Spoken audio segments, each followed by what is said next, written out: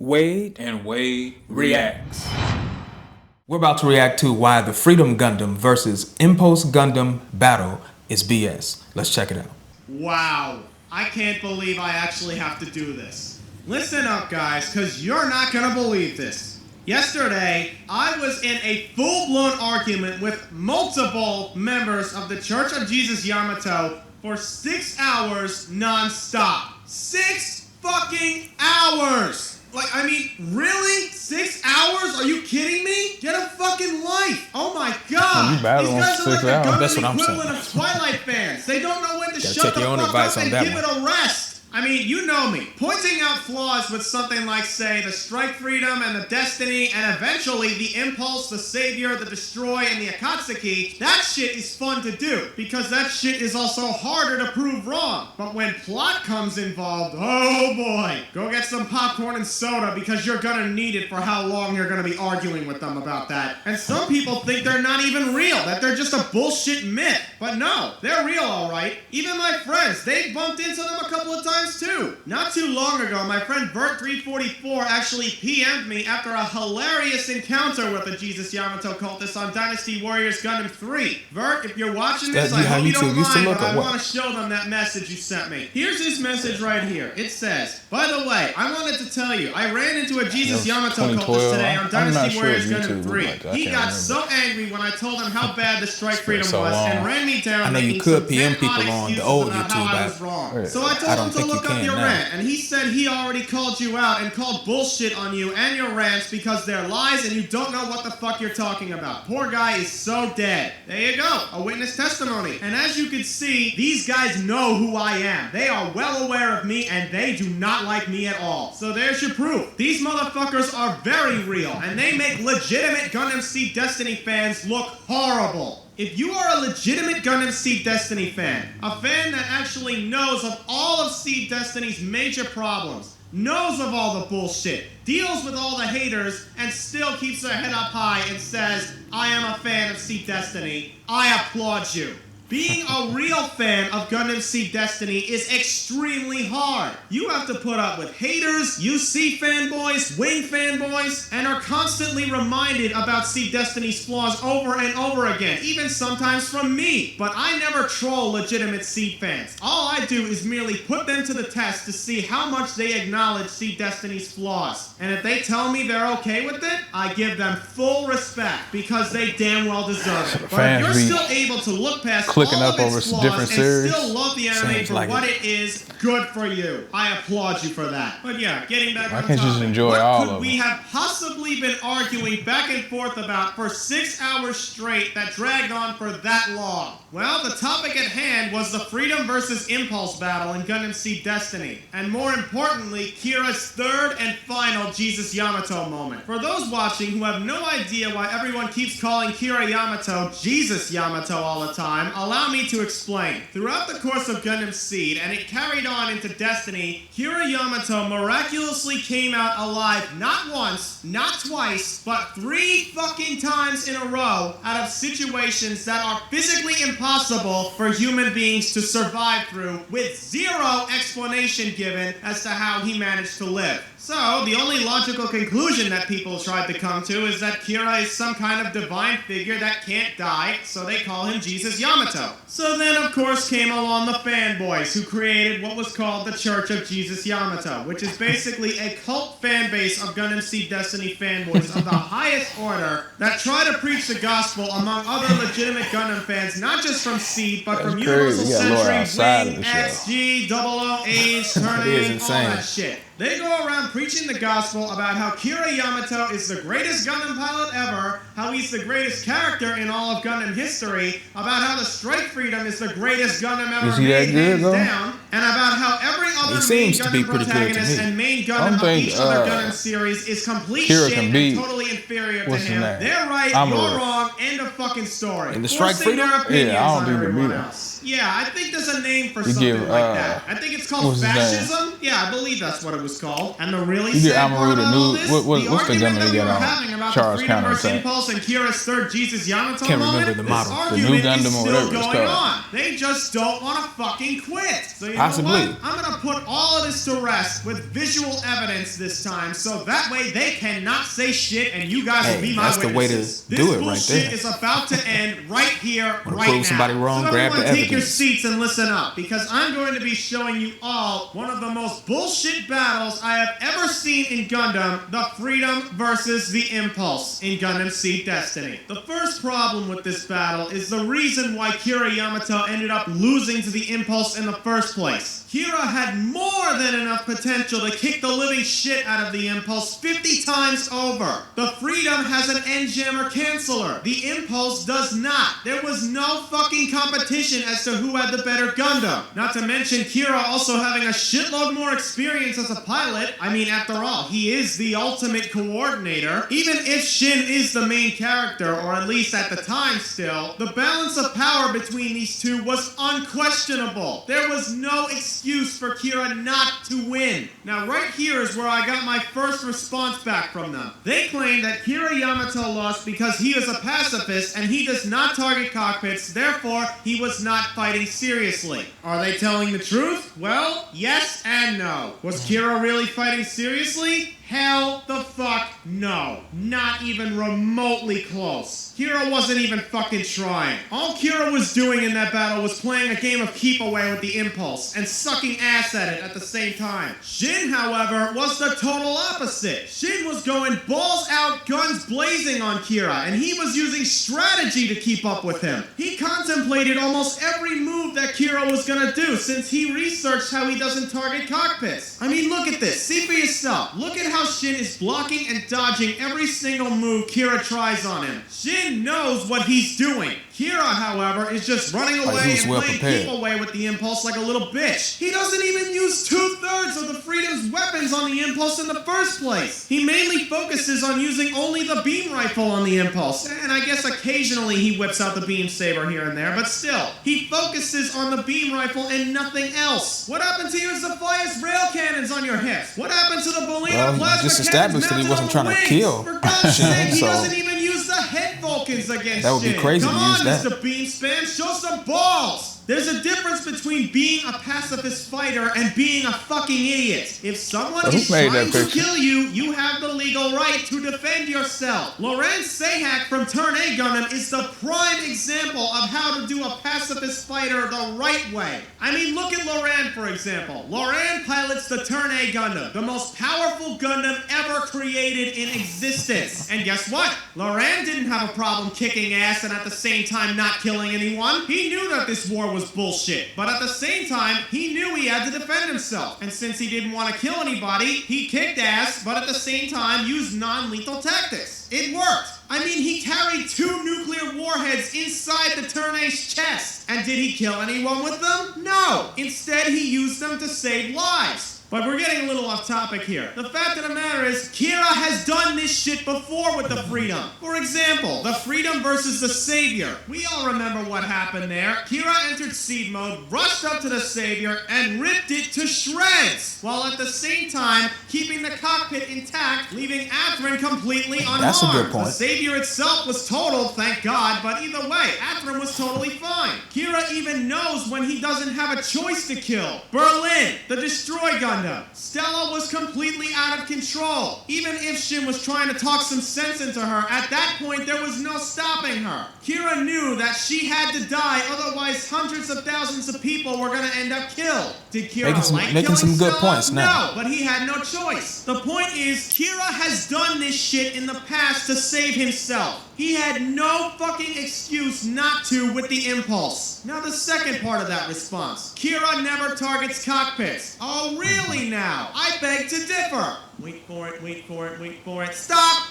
Right there. You tell me. Where was Kira aiming with that Yeah, swing? looks like he was aiming right for the Seems cockpit. to be aimed towards a specific area of the mobile suit. Maybe the cockpit? Now, I know a lot of Kira fanboys are going to be anal about Shin this, wouldn't but have I'm going to clear disconnected. this one up It quickly. would have been over. Yes, I know that incident was recycled from the Freedom versus the Duel at Joshua. I know that. It's fucking obvious. After all, recycled animation is what Seed Destiny does best. Looks a little Thought different, Gundam though, Wings to be recycled honest. animation was annoying. Watch Seed maybe it's the Destiny same and when get you ready watch to have it your play. fucking mind blown. But the one thing that was different about that moment is that at the last second, Kira decided, I'm not gonna kill him, and then he swings downward instead of at the cockpit. But he started out going directly in for the kill, but he had a change of heart. In this case, it was clear that Kira was still He going went in for right the kill for him. that time. If he did do the same thing with the impulse that he did with the duel in that case, Shin would not have needed to separate. But as you can see, if Shin didn't separate right then and there, he would have been sliced in half easily. So yes, Seems like Kira it. still does target cockpits. It may not seem like it most of the time, but he still has the balls to do it. And he tried it with Shin. You know what? That right there was probably the one time Kira was fighting serious in this battle. What did they respond with to all this? Some of them started going off topic and started accusing Lawrence Sahak of being a girly man and that Turn A Gundam is not a real Gundam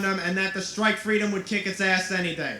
Yeah, right. When vaginas fly. However, a couple of other members came back at me and said that after the battle, after Kira went through the whole Jesus Yamato moment, he supposedly said that he had no idea Shin was even the enemy. Which if that was the case, honestly, that's even more bullshit. If a raging lunatic in a mobile suit is trying to kill you, Right. I would definitely consider him a hostile threat. Even Lawrence Sahak knew that he had enemies to fight in this war. He's a pacifist, kinda name. yes, but at the same time, he's not retarded. He knows if someone is shooting at you, shoot back. You have the right to defend yourself. It's a natural reaction in human instinct. Fight or flight. Earth to Kira. Around here is where things actually started to get a little funny, actually. Around this time is where I remember one of them calling me a heathen.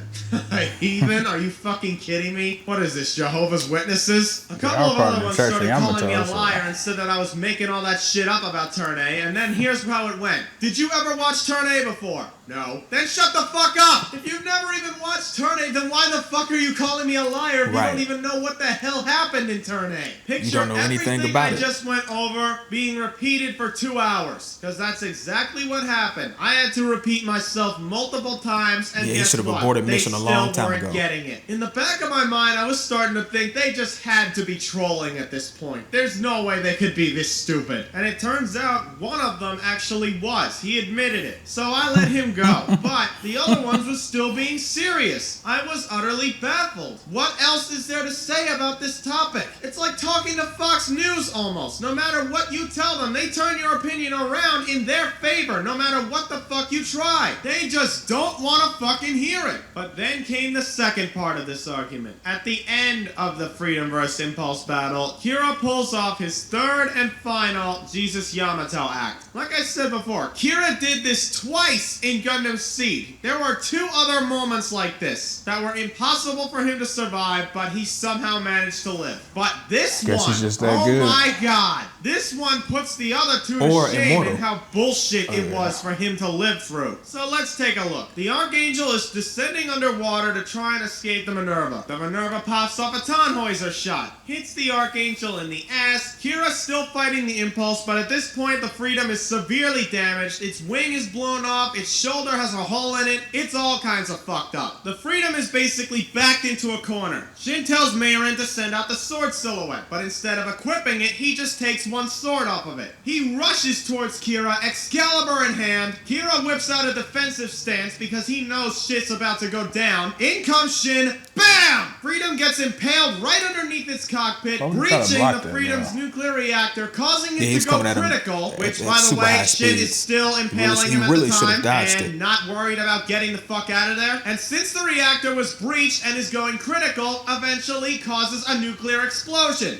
completely disintegrating the Freedom, and somehow the Impulse is still there. What happened to the Archangel during all this? Yes, they took a Tannhäuser up the ass, but at the same time, they decided to make it look like they sunk by detaching one of their other engines and blowing it up underwater to make it look like they sunk them, kind of as a cover-up. The decoy worked and they got away, but that doesn't explain how in the holy hell Kira managed to come out of that alive. The bullshit excuse that Sunrise gave us was that Kira, at the very last second, turns off his N-jammer canceller on the Freedom, preventing a nuclear explosion from happening, and thus his cockpit just fell in the water, which was then recovered later by Kigali, who was in the Strike Rouge, but Kira was unconscious in the cockpit. Oh my sweet Jesus, there are so many things wrong with this excuse that I don't even know where to begin. First of all, one does not simply stop a nuclear fission reaction with just the flip of a switch, especially not under circumstances such as, oh, I don't know, having a fucking beam sword shoved through it? You're seriously trying to tell me that if you take a beam saber or a beam sword of some kind, a beam blade of pure energy, and shove it right through a nuclear fission reactor all the way through in one end and out the other, that the nuclear fission reaction itself can still be contained? Bullshit! It would most definitely cause the reaction to go out of control and go critical. Oh, and that's a nice N-jammer canceller you got there, Kira. It did wonders for stopping that massive nuclear explosion coming from your Gundam from happening, didn't it? Yeah, they have One to of them explain actually that, too. said that explosion that you saw was not a nuclear explosion, because he is absolutely right. That explosion wasn't nuclear at all. I mean, did you see that thing? I mean, that explosion the Freedom made was just so tiny. I mean, it was so tiny the shockwave pushed the Minerva back quite a bit. It was so tiny the blast took out what appears to be easily a 5-mile radius. So tiny that it actually broke a hole in the cloud layer. Oh, and that's a nice mushroom cloud back there. Real touchy. Enough with the sarcasm. Of course the N-jammer canceller didn't work!